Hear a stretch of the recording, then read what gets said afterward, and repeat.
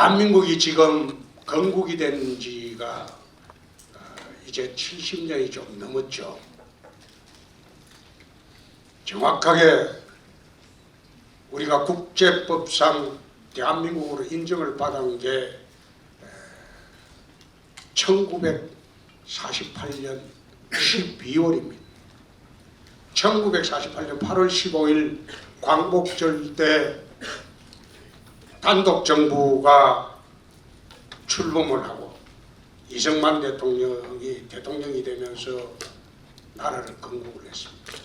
그리고 유엔에 국제적으로 공의를 받은 게 그해 12월입니다.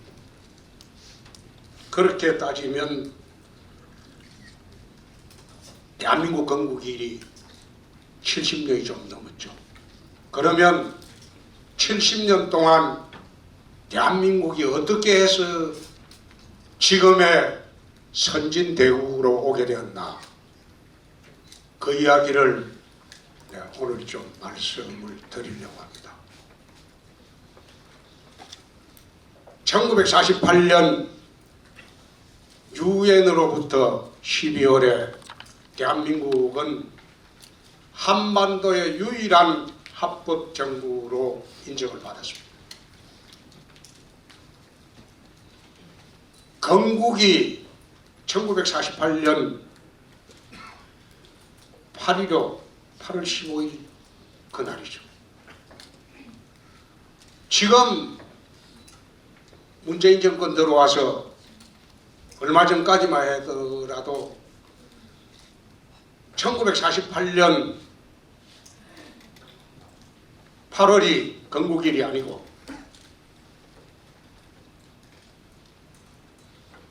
1919년 3.1운동인가? 그때 상해 임시정부가 생겼을 때 그때가 건국일이다.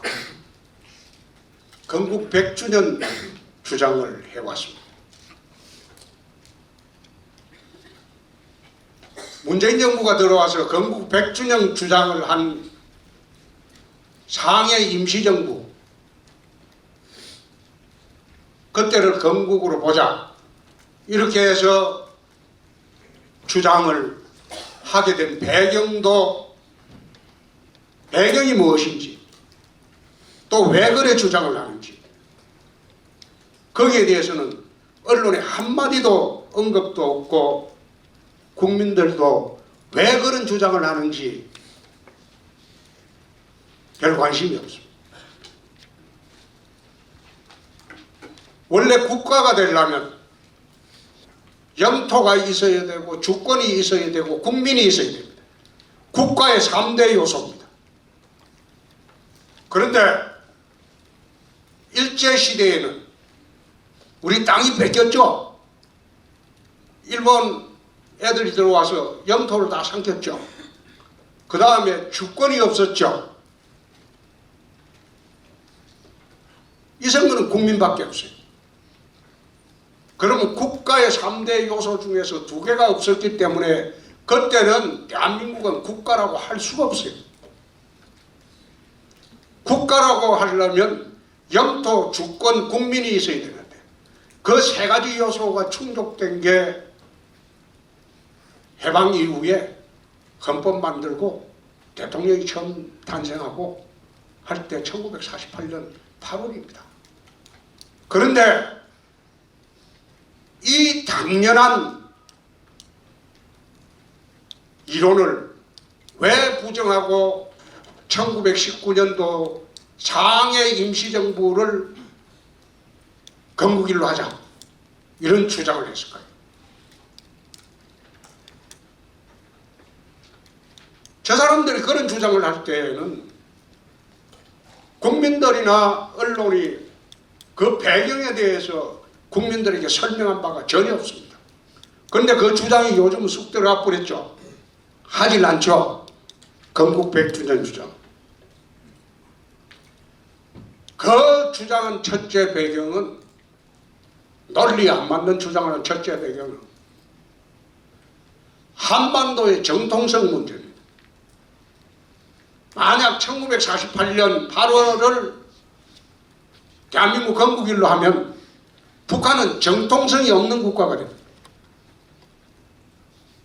북한이 국가로 국제사회에 인정받은 것은 91년 남북 유엔 동시 가입 때입니다. 그 전까지 북한은 세계사회에서 국가가 아니에요. 국가로 인정을 못 받았어요. 그러면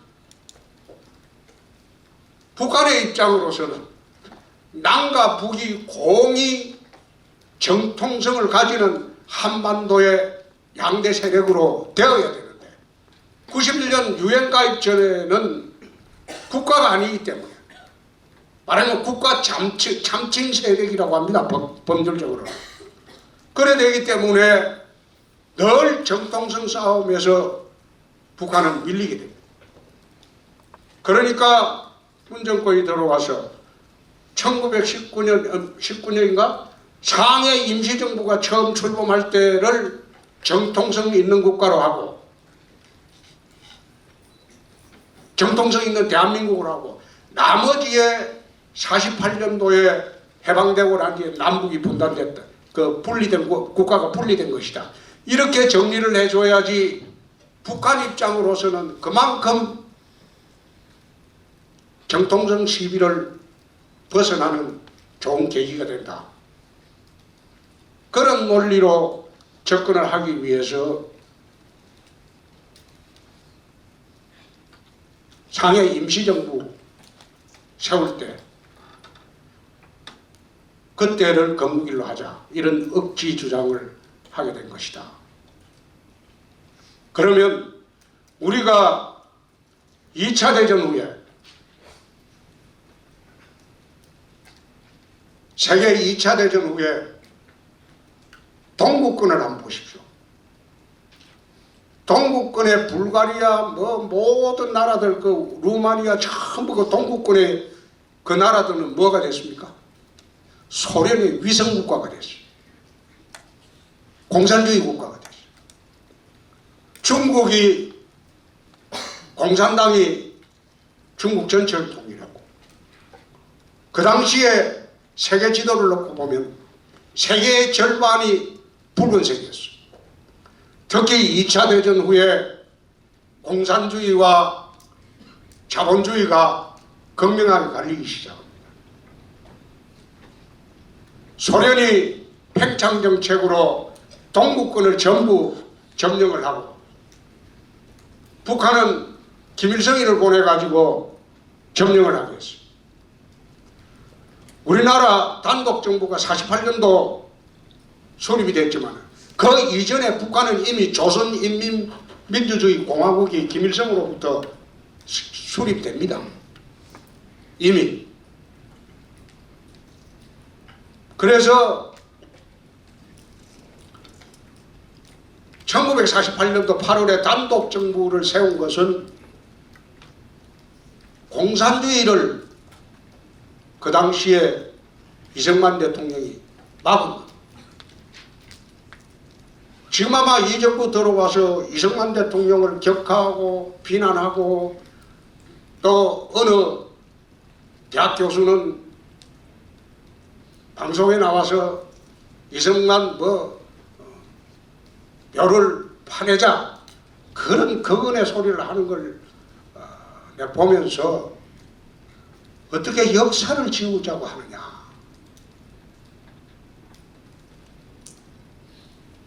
이승만 대통령은 대한민국이 왕조시대에서 일제치하에 들어가고 다시 독립을 해서 왕조시대가 아닌 민주주의 국가로 다시 태어나서 나라를 세우는데 이 나라의 건국의 아버지입니다. 모든 동구권하고 소련이 전부 잠식을 할 때 한반도 특히 대한민국 이 남쪽에서 자유민주주의를 지키면서 대한민국을 세운 건국의 아버지입니다. 물론 그분이 말년에 독재를 하다가 쫓겨난 거 그거는 잘못된 거죠. 그러나 대한민국을 공산치하에서 막아내고, 그리고 자유민주주의 국가를 해방 이후에 그 혼란기에 수립한 게 이승만 대통령. 두 번째, 해방 이후에 우리는 6.25 전쟁 50년대에 거칩니다. 6.25 전쟁을 거치면서 한 달 만에 부산까지 밀립니다. 바야흐로 한반도가 공산주의로 통일이 되기 일보 직전이었죠.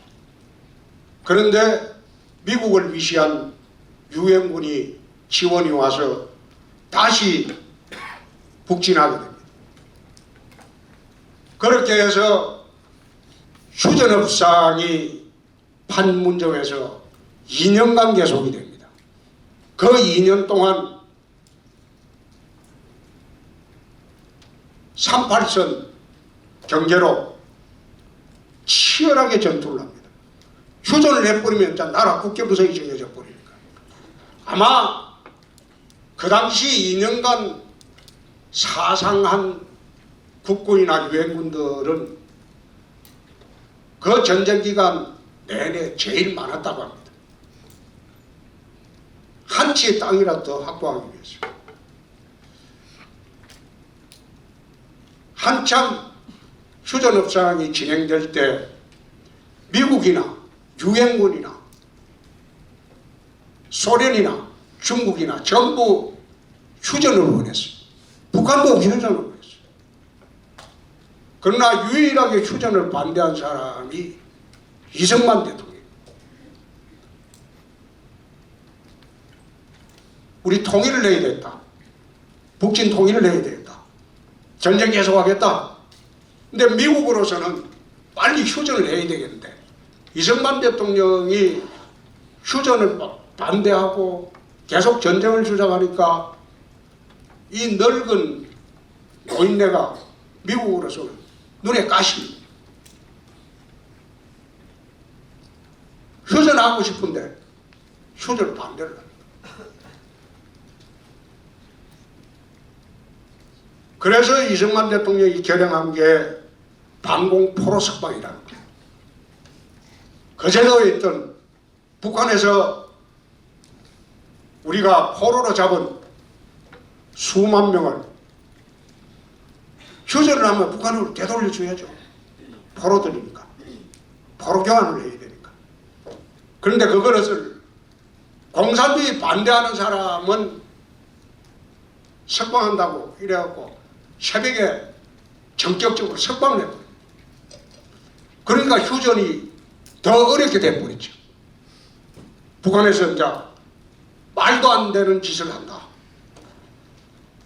그래가지고 미국과 외교 끝에 얻어낸 것이 한미 상호 방위 조약입니다. 우리가 새롭게 남침을 또 당할 때, 다른 나라부터 침략을 당할 때 미국이 와서 지켜주기 바란다. 한미 상호 방위 조약. 우리가 1950년까지 이 동북아시아에, 여러분 세계사 공부하다 보면 크리미아 반도가 유럽의 화약고라고 했어요. 1950년도 20세기 초반에는 초중반까지 이 동북아시아가 세계의 화약고였습니다. 그 무렵에 한번 보십시오. 청일전쟁이 일어났죠. 노일전쟁이 일어났죠. 만주사변이 일어났죠. 2차 대전이 일어났죠. 6.25 동란이 일어났죠. 불과 50년 안 되는 사이에, 한 30년 사이에 세계 대전급의 전쟁이 5번이나 발발했던 게 이 동북아시아입니다. 한국을 보면. 이 동북아시아가 그러면 왜 안정이 되었느냐? 한미 상호 방위 조약 때문에. 한미 상호 방위 조약으로 북중러, 북한, 중국, 러시아 이 사회주의 동맹, 전체주의 동맹 이것을 갖다가 힘으로서 견제를 할 수 있는 힘이 한미 상호 방위 조약. 세계 최강 제국인 미국이 한국의 방위를 보증하고 있기 때문에 지난 70년 동안 동북아시아에 전쟁이 없었습니다. 평화가 왔죠. 힘의 균형이 있었기 때문에. 그래서 이승만 대통령의 업적을 내가 굳이 이야기한다 하면 나라를 건국했다. 자유 대한민국을 건국했다. 그리고 한미 상호 방위 조약으로 힘의 균형을 이루어서 70년 동안 동북아시아 전쟁을 없앴다. 그게 이승만 대통령이 대한민국 국민들에게 남긴 업적입니다. 그 뒤에 독재를 하고 인권 탄압한 과오는 여러분들이 별개로 판단을 해 주시기 바랍니다. 두 번째로, 그러면 독립이 되고 자유민주주의 국가로 대한민국이 운영이 되게 됩니다. 이 나라가 가만히 앉아서 지금의 선진대국으로 왔느냐? 그건 아니죠. 1960년대 초에 아시아에 두 가지 큰 사건이 있었습니다. 그 첫째가 박정희 소장이 쿠데타로 5.16 혁명을 일으켰고, 버마의 내윈이 쿠데타로 집권을 했습니다. 그게 다 60년대 초입니다. 아시아를 뒤흔든 두 가지 큰 사건입니다.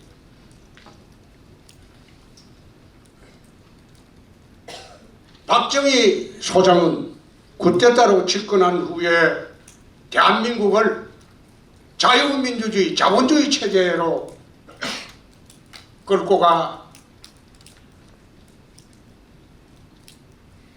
국민들을 안심을 시켰고, 버마의 내위는 국가사회주의로 갑니다. 지금 미얀마죠. 그 버마의 내위는 박정희 대통령하고 같은 시기에 쿠데타를 했는데 한나라 체제 선택을, 한나라는 자유민주주의, 자본주의 체제라고, 한나라는 국가사회주의 체제라고 합니다. 그 당시에 버마가 아시아의 최대 부국이었어요. 부자의 나라였다. 우리나라가 국민소득이 62달러 할 때가 5.16 쿠데타 난 직후입니다. 국민소득이 61달러, 세계 최빈국이었어요. 그 당시에 버마는 국민소득이 700달러였어요.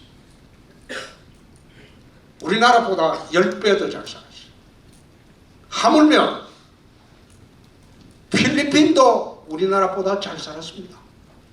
여러분 장충동 가면 장충체육관 있죠. 그거 우리 돈으로 지은 게 아니고 필리핀에서 원조 자금으로 지은 겁니다. 그건 필리핀에서 지어준 거예요. 그만큼이나 우리가 헐벗고 굶주릴 때였어요. 그런데 세월이 지나서 40년 지난 후에 보니까 우리나라는 지금 50년 지났죠?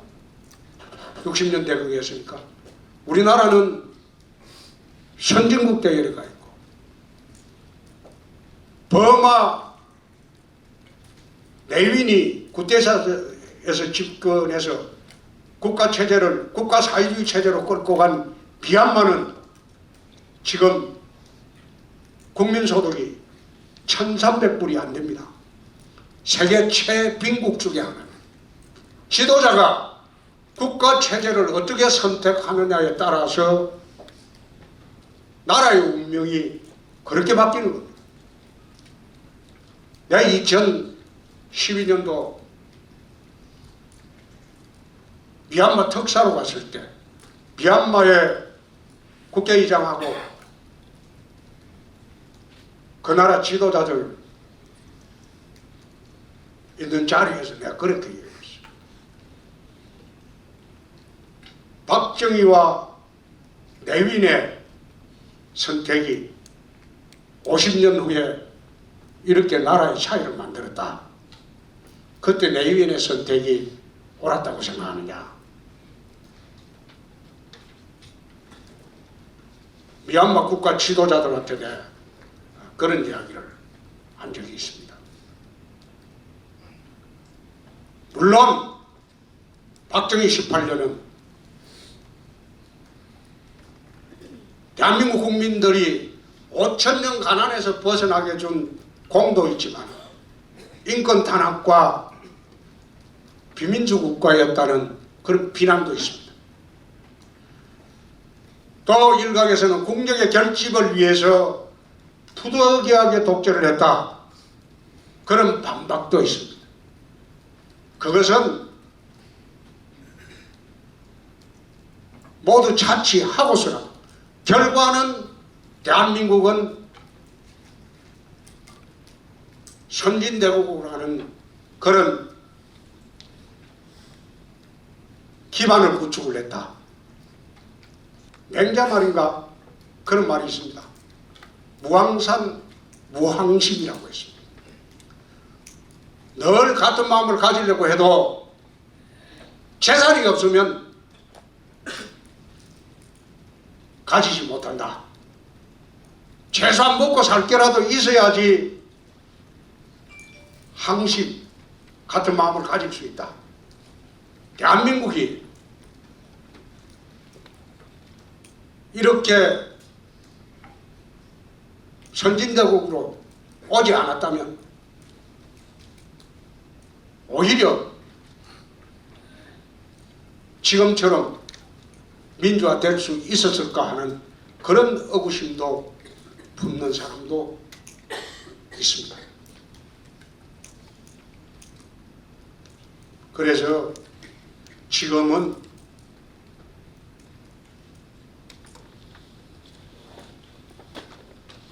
우리가 87년 민주화 헌법이 들어오고 난 뒤에 대한민국은 모든 면에서 발전을 했고 그리고 잘못된 것을 하나하나 고쳐가면서 지금은 자유 대한민국이 되었다. 나는 그런 생각을 늘 갖고 있습니다.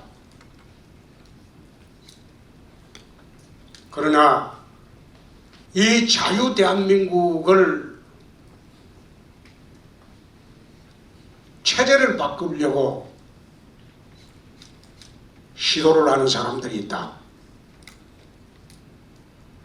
얼마 전에 문정권에서 개헌을 하면서 헌법에 자유민주주의 중에 자유를 빼고 민주주의만 살린다. 이것을 아마 공부한 일이 있을 겁니다. 난 그것을 보면서 섬찟하다는 생각이 들었어요. 북한도 민주주의입니다. 나라 이름부터 조선민주주의 인민공화국, 소위 인민민주주의라고 하죠. 우리가 자유민주주의에서 자유를 빼버리면 그 민주주의는 사회민주주의가 될 수도 있고 인민민주주의가 될 수도 있고 어떤 식의 수식을 붙이더라도 자유민주주의는 되지 않는다.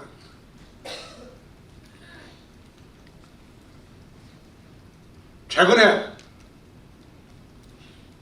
좌파 우파의 대립이라는 글 학생 여러분들 많이 볼 겁니다. 원래 좌파 우파의 대립이라는 것은 18세기에 프랑스 혁명이 일어나고 난 뒤에 의회에 좌측에 앉았던 당이 자코방당입니다. 우측에 앉았던 당이 지롱더당입니다.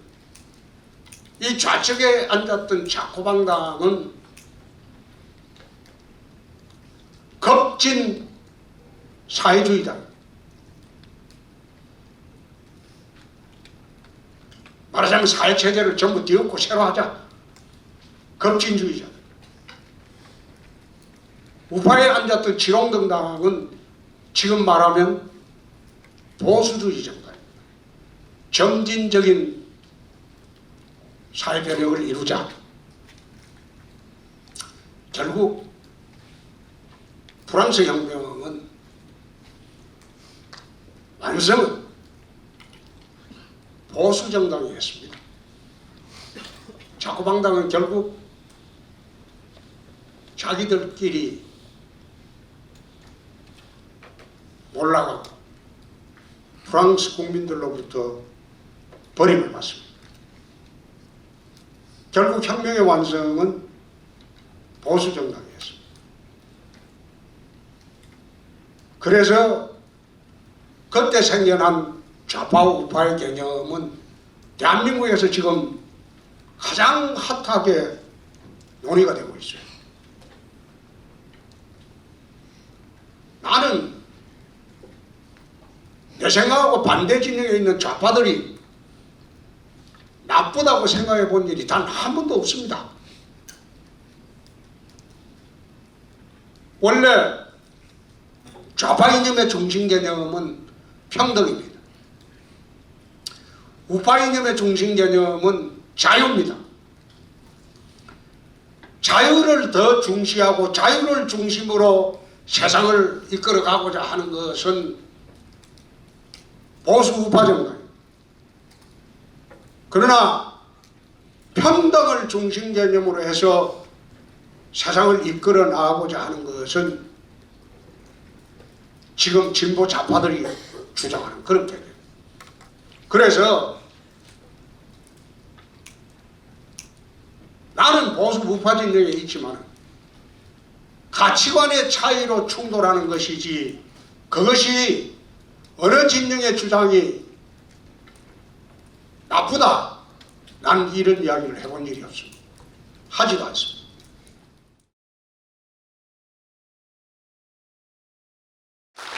혹시 질문 있으면 하십시오. 네.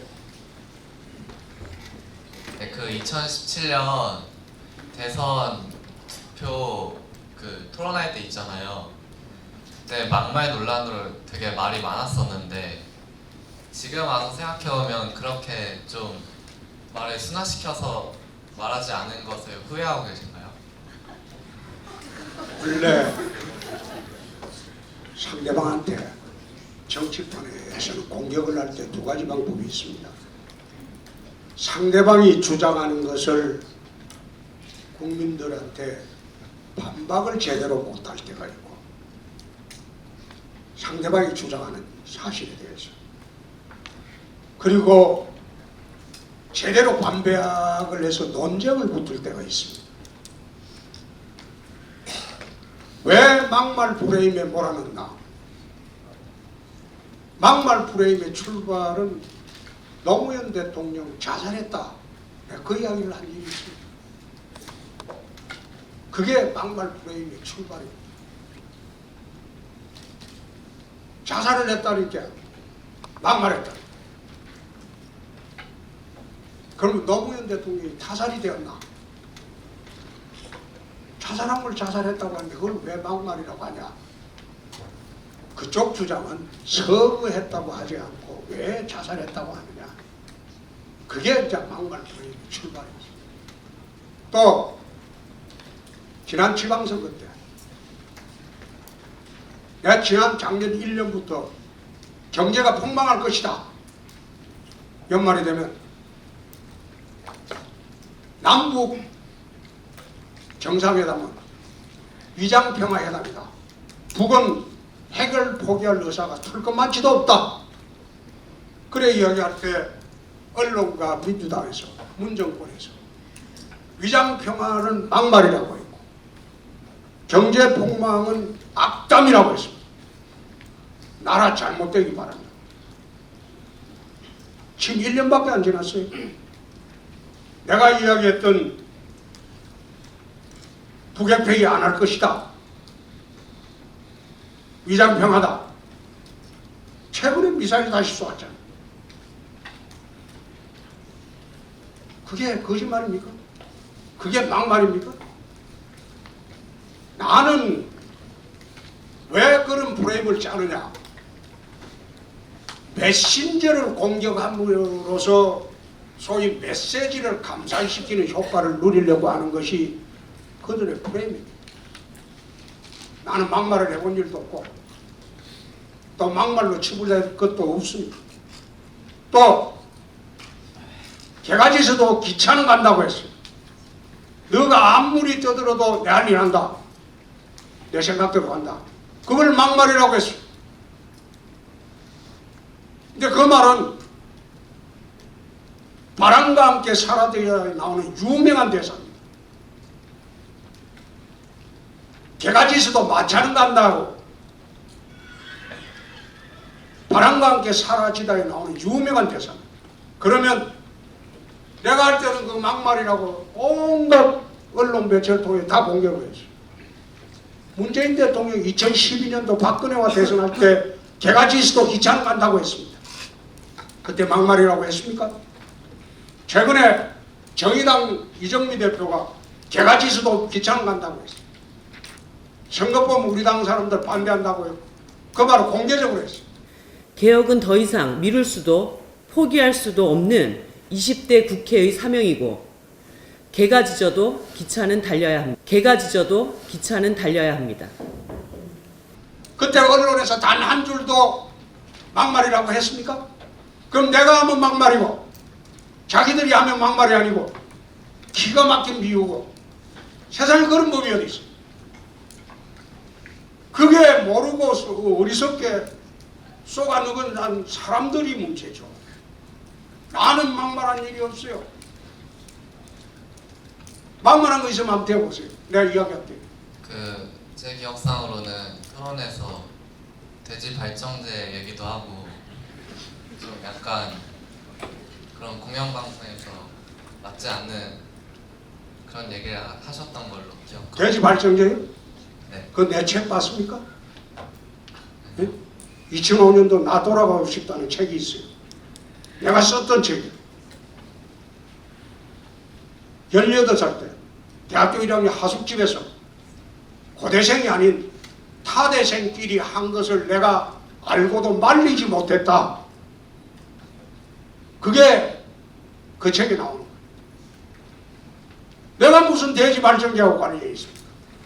그 책 보지도 않고 그 내용도 모르고 마치 내가 한 양이냐 그렇게 뒤집어 씌워가지고 그 학생이 문제라.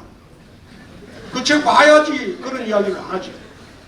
그걸 갖다가 소위 3대 진영에서 내가 하지도 않은 거를 했다고 뒤집어 씌워가지고 지금도 인터넷 가봐요.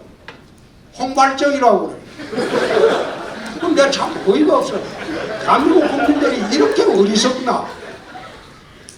그 책에 보면 2005년도 내가 썼던 책이야. 그 책에 하숙집의 타대생들이 그렇게 하는 것을 내가 정말 말리지 못해서 후회된다. 그래서 그걸 마치 내가 그걸 죄를 범한 양 뒤집어 씌운 것을 그걸 막말했다. 또 한번 대보세요. 오늘 가면서 책을 한번 사봐요. 나 돌아가고 싶다는 책이 있어요. 2005년도 나온 책. 죄송합니다. 자기 전에 한번 읽어. 아니, 나한테 그 이야기를 하는 게 답답한 게 경상도 발음이 좀 세요. 억세인데 그렇게 하다 보니까 같은 말을 하더라도 홍준표가 하면 뭔가 막말을 하고 똑같은 이야기를 어떤 여성이나 문재인 대통령이 하면 그것은 막말이 아닌 것 같고 나는 그 이야기를 해요. 오죽 홍준표를 덮고 씌울 게 없으면 원래는요 뭐 제지했다 뭐 온갖 걸로 덮어씌우는데 덮어씌울 게 없으니까 이제는 망하지도 않은 막말했다고 덮어씌우는 게 그게 대한민국입니다.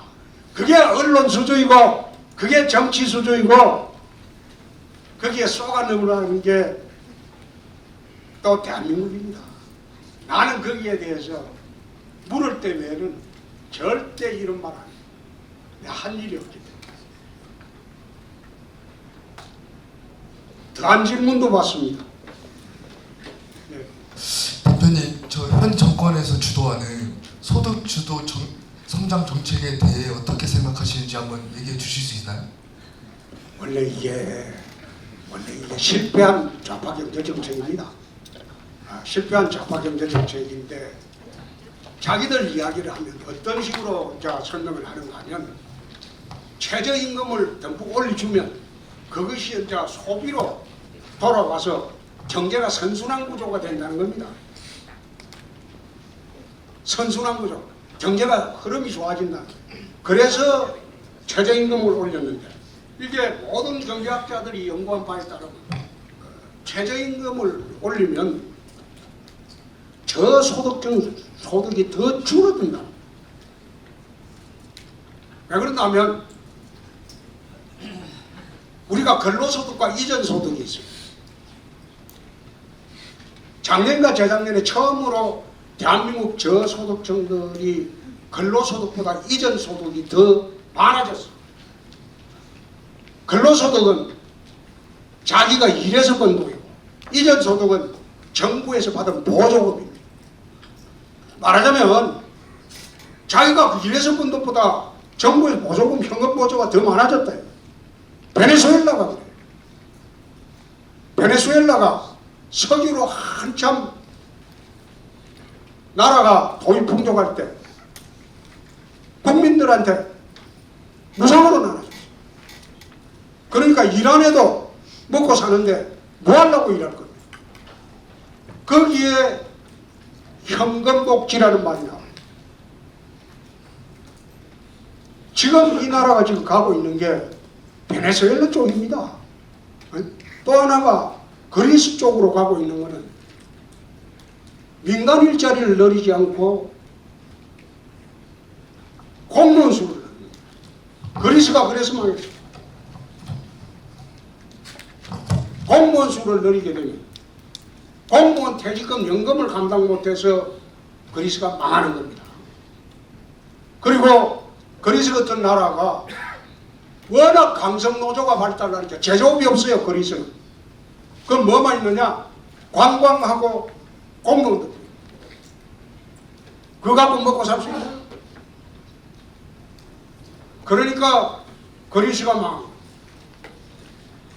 최근에 일본의 어느 신문에 동아시아의 그리스로 간다. 한국을 가장 최근에 그래 묘사를 해놨어요. 한국의 실태를 쫙 이야기하면서 동아시아의 그리스로 간다. 공무원 늘어나는 거 그거 절대 좋은 일 아닙니다. 나는 경남지사로 있을 때 공무원 감축을 했어요.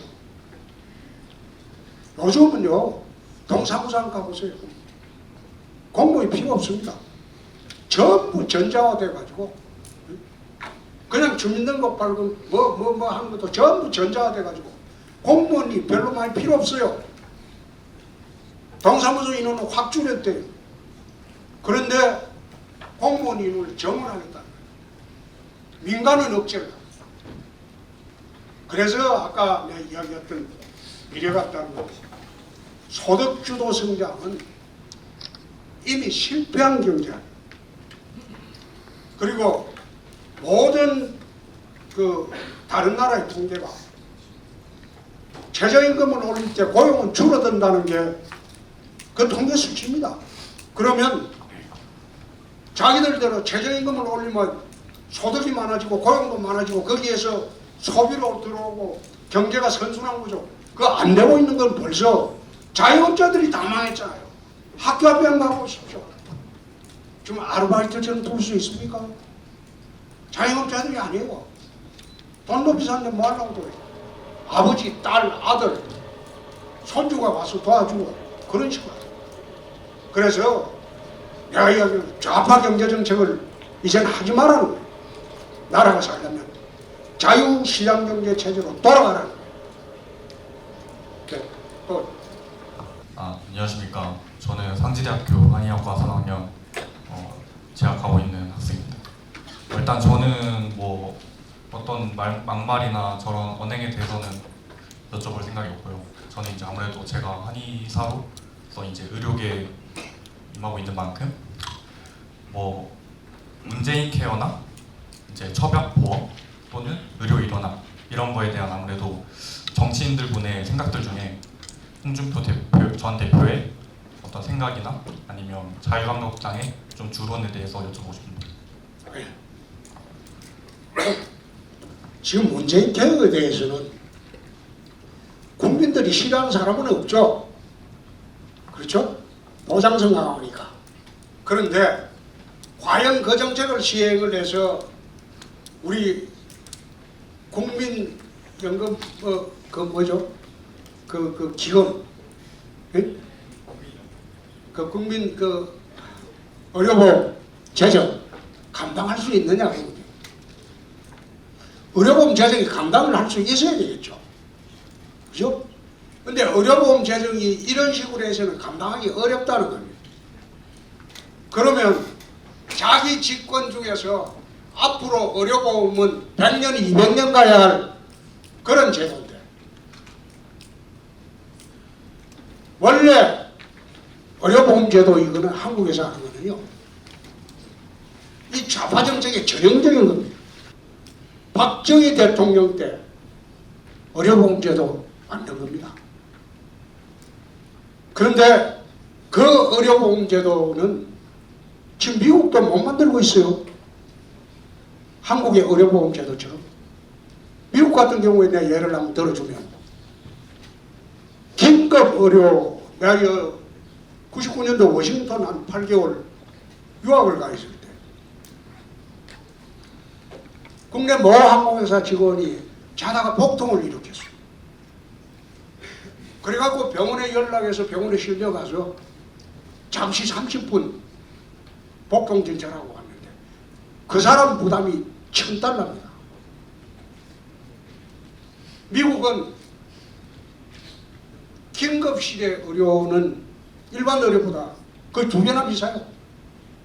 휴일은 더하고. 거기다가 의료보험이 그 직장 의료보험이 있어요. 있는데도 본인 부담금이 거의 그 당시에 99년도에 1,000불을 주는 걸 봤어. 미국은 지금 한국처럼 의료보험 제도가 없습니다. 이런 의료보험 실시 안 하고 있습니다. 한국은 어떻게 보면 의료보험 천국입니다. 문재인 대통령이 말하는 문재인 케어식으로 그렇게 보장성을 강화해 줘도 의료보험 그 재정이 앞으로 지속될 수 있다면 나는 찬성합니다. 그러나 자기들 집권 당시에만 인심 쓰고 다음 집권이나 대한민국 다음 집권 세력이나 그 누구라도 그거는 모르겠다. 그런 사고방식이라면 아주 나쁜 생각이죠. 그래서 문재인 케어에 대한 보장성 강화와 그리고 의료보험 재정이 과연 감당을 할 수 있는지 앞으로 몇 년 더 감당을 할 수 있는지 그걸 한번 따져보고 정책의 정당성을 논하는 것이 맞다. 학생 그거 따져보면 아마 답이 나올걸요. 의료 일원화에 대해서는 의료 일원화 한의학하고 양의학하고 일어나라기보다 각자의 특성이 있지 않습니까? 각자의 특성이. 굳이 사람의 몸을 치료하는 방법이 꼭 양의학일 필요는 없고 한의학일 수도 있고 그건 환자의 선택이죠. 네. 또 안녕하십니까. 저는 컴퓨터 데이터 정보학과에 재학 중인 4학년 최현규라고 합니다. 아까 학생회장님이 말씀하셨는데 김문기 재단이 복귀한 14년, 15년 이 당시에 저는 가장 최전선에 있었던 저도 총학생의 업무를 담고 있었던 총학생 간부였습니다. 당시 저는 정치적인 성향 자체도 저는 보수적인 성향을 갖고 있었는데 그 당시 제가 직면했던 문제든 제가 지지했던 그 보수 정당의 사학비리 재단의 복귀에 원흉이 되었다는 그것을 듣고 정치적인 그런 거에 대해서 혼란이 많이 왔었습니다. 그런 부분에 대해서 약간 저희 유리 20대들이 그런 문제로 인해서 잘못된 정치적인 색깔을 잘못된 보수나 잘못된 진보든 그런 쪽으로 빠지지 않기 위해서 저희 20대들이 할 수 있는 것에 대한 홍 의원님의 교훈이나 어떤 그런 해야 될 행동들에 대해서 어떻게 저희들이 취해야 될지에 대해서 물어보고 싶습니다. 아까 이천학년도 사학법 투쟁에 대해서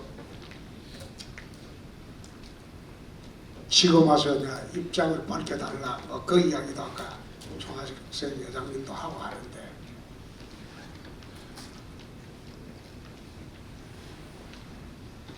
그 법에 대해서는 나는 좀 유감이 있습니다. 내가 구체적으로 지금 와서 이야기하기는 못하고 나도 결국은 당의 일원이기 때문에 그 투쟁할 때 장애 집회에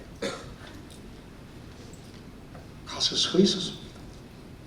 그러니까 잘했다 못했다 옳다 그래도 말할 수 없는 입장이죠. 그러나 그로 인해서 비리사항이 창궐했다면 저희들로서는 사과의 말씀을 드린다. 이해하기였거든요. 두 번째,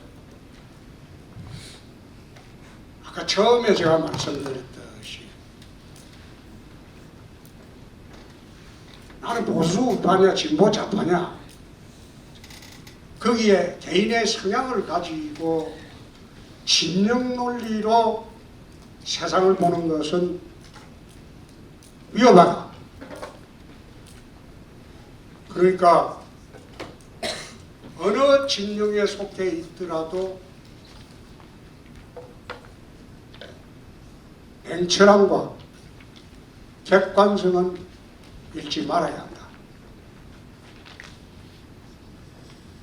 보수 우파 진영에 있더라도 보수 우파가 잘못한 것이 눈에 보이면 따라가지 말아야 하고 또 지적을 해야 되고 지적을 해서 고쳐야 되고 진보 좌파 진영에 있더라도 잘못한 것이 보이면 똑같은 행동을 해야 된다. 나는 그것이 젊은이들이 패기가 아닐까 그런 생각을 합니다. 어느 정도 나이가 들면 맹목적으로 흐르는 경향은 있지만 젊은이들은 그런 냉철함과 냉혹함과 객관성은 지내야 하지 않느냐 그런 생각. 아따 학생들 질문 참 힘들게도 많이 한다. 그리고 질문 수준도 굉장히 높습니다. 내가 대학 특강을 좀 돌아다니 보는데 대답하기 힘든 질문도 있고 질문 수준도 참 좋습니다. 하십시오. 대표님 혹시 다음 대선을 위해 내년 총선에 출마하시는지 궁금한데 얘기 좀 해주실 수 있을까요? 나오더라도 내 원조선에 안 나올 겁니다. 그런데 나는 국회의원 4번 해봤고 그것도 옛날에 한나라당이 무덤이라는 강북에서요. 당대표도 2번 했습니다. 여당 때도 했고 야당 때도 했습니다. 도지사도 2번 해봤어요. 대통령 후보도 해봤어요. 내가 정치를 하고 있는 것은 대한민국 미래를 설계하고 대한민국 미래를 좀 제대로 만들어 보겠다는 생각으로 하고 있는 것이지 국회의원 한 번 더 하려고 내가 정치하는 것은 아니다. 그리고 국회 가보니까 재미도 없어요.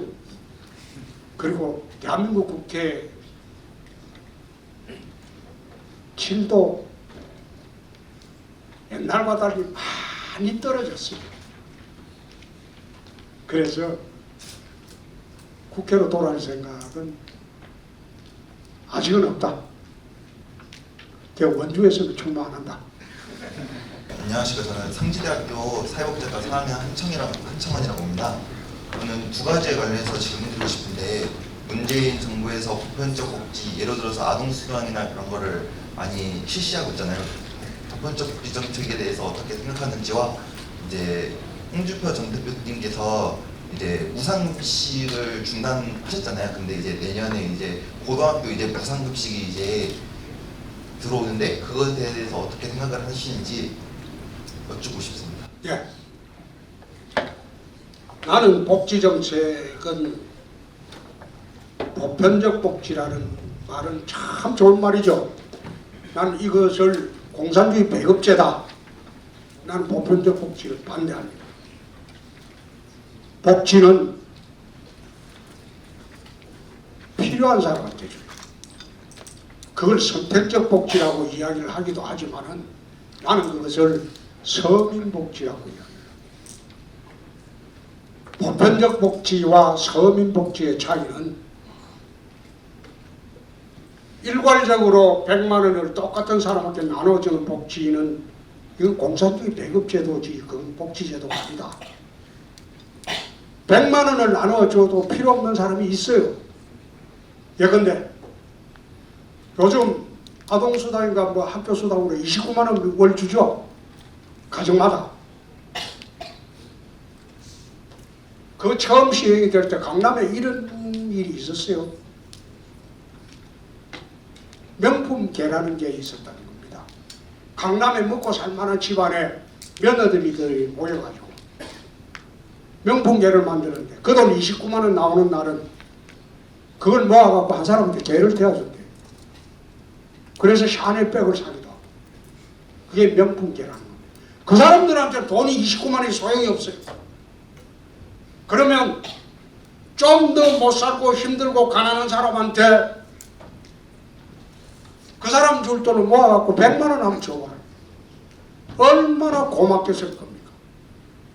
나는 경남지사 있을 때부터 소위 보편적 복지라는 것은 공산주의 배급제도다. 가진 자한테 주는 것을 자유를 주면 되는 것이지 가진 자한테는 자유를 주는 것이 복지다. 네 가진 돈 마음대로 쓰라. 사채한다고 욕하지 않을게. 응? 가진 자들이 돈을 벌어야지 시중에 돈이 나오죠. 가진 자들은 앉아서 서민 위화사금이라고 하고 막 그걸 갖다 비난을 하고 이렇게 하니까 가진 자들이 돈 안 쓰죠. 가진 자들이 돈 안 쓰면 시중에 돈이 안 돌아요. 가진 자한테는 자유를 주는 게 나는 복지라고 생각해요. 가지지 못한 사람한테는 기회를 줘야 돼요. 넘어지면 서민의 기회를 또 한 번 더 주고 또 넘어지면 또 주고 그게 국가의 역할이다.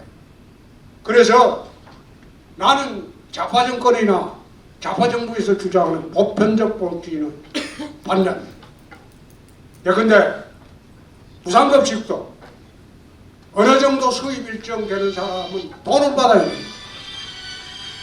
일본 같은 경우에 무상급식은 3%밖에 되지 않습니다. 97%가 급식비를 받습니다. 미국 같은 경우에 무상급식은 48%밖에 되지 않습니다. 절반은 급식비를 받습니다. 또 미국은 급식비 내는 사람 중에서도 전액 내는 사람이 있고 자기 소득의 기준으로 해서 절반 3분의 1 내는 이런 식으로 차등을 줍니다. 우리나라처럼 돈이 필요 없는 사람한테 돈을 주는 건 복지가 아니에요. 돈이 필요 없는 사람한테는 자유를 주는 게 복지. 비난 안 할 테니까 나가서 다이아 목걸이 사고 다이아만이 사고 BMW 타고 다 하라 이래요. 돈이 시중에 돌아야지 서민들이 살 수 있다. 그래서 복지 개념은 나는 보편적 복지, 선택적 복지라 이야기 안 하고 보편적 복지는 공산주의식 배급제도다. 나는 서민 복지를 이야기합니다. 필요한 사람한테 돈을 더 주자 이거. 같은 예산이 있으면 정부의 예산이 1조가 있다. 그러면 돈 없는 사람한테 매달 100만 원씩 주자 이거. 그걸 29만 원씩 잘라가지고 필요 없는 사람한테 주지 말아요. 그 돈 없어도 살 수 있는 사람한테는 안 주는 것이 정의다. 그런 사람한테는 자유를 주는 게 복지다. 자, 마지막으로 합시다.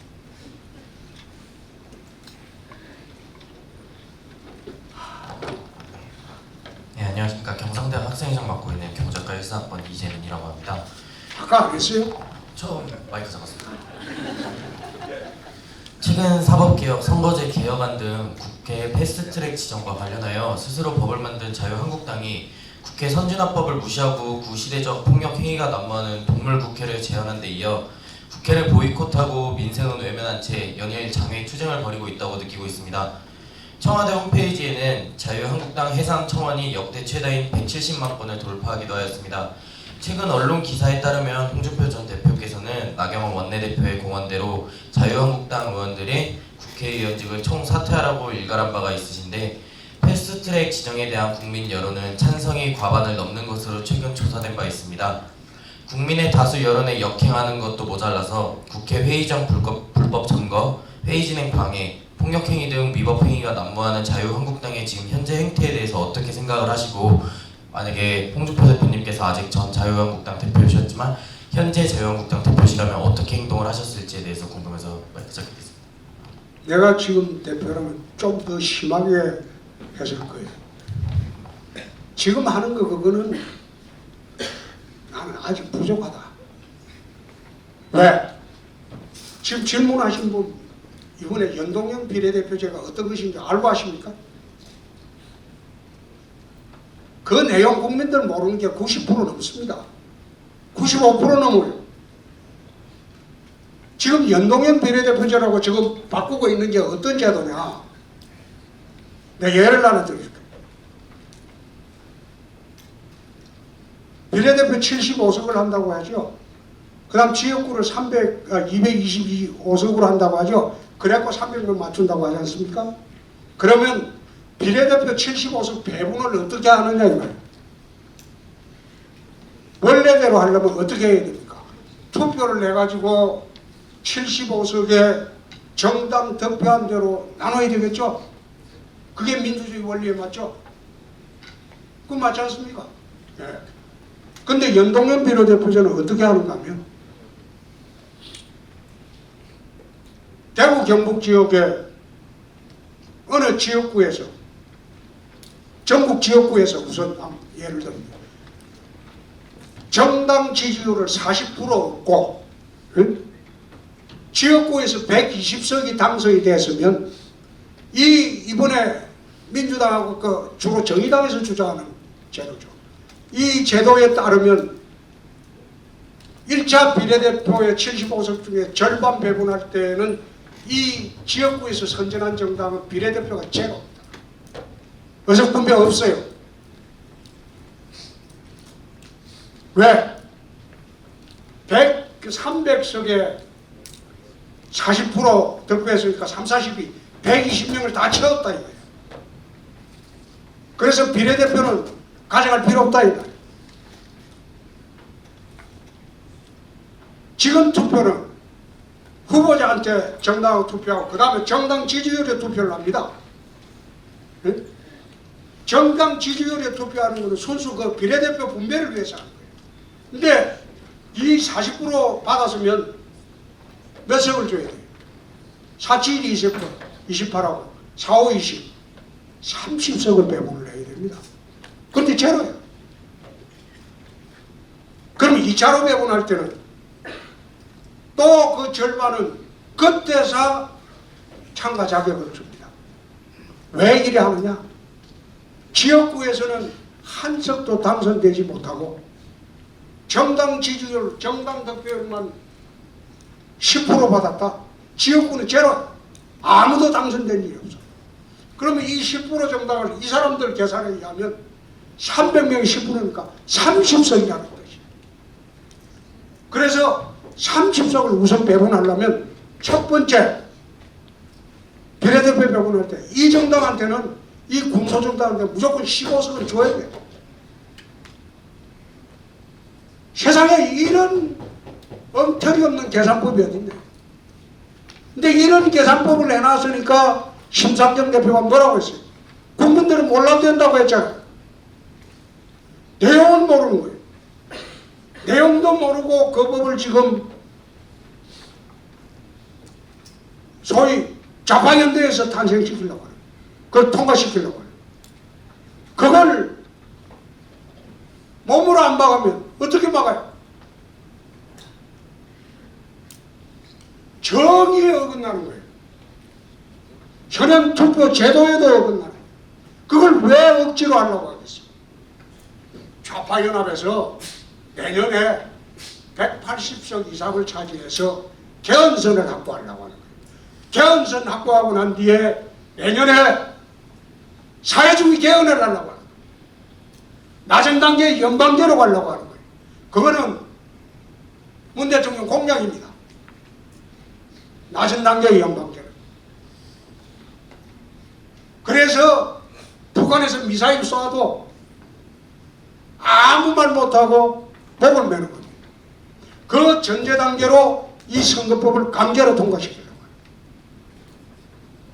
그걸 놔둘 수 있어요? 그게 밥그릇 싸움에 불과합니까? 나라 체제를 바꾸는 거예요. 그래서 선거법을 반대하고. 두 번째 공수처 법안은 검찰청 위에 검찰청 하나 더 만드는 겁니다.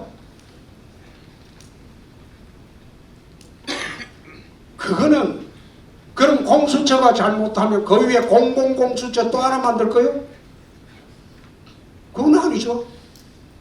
세계 어느 나라도 공수처라는 게 없어요. 대한민국 좌파들만 주장하는 거예요.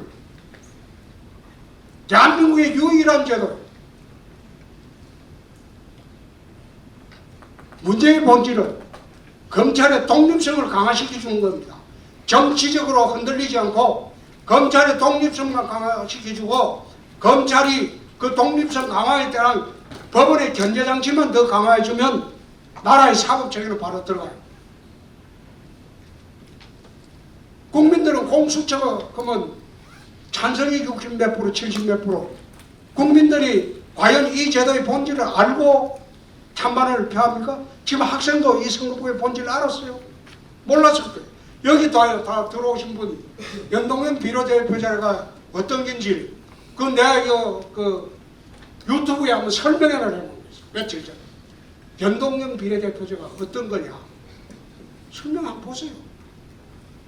내 유튜브에서 설명해 보고 도표까지 다 그려놨어요. 과연 이런 제도를 국민들이 알고 동의를 하느냐.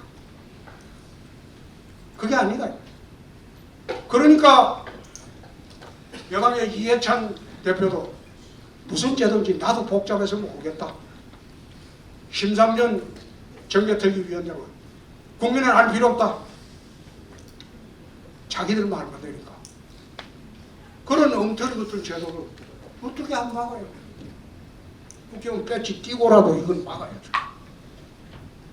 그건 밥그릇 싸움 아니에요.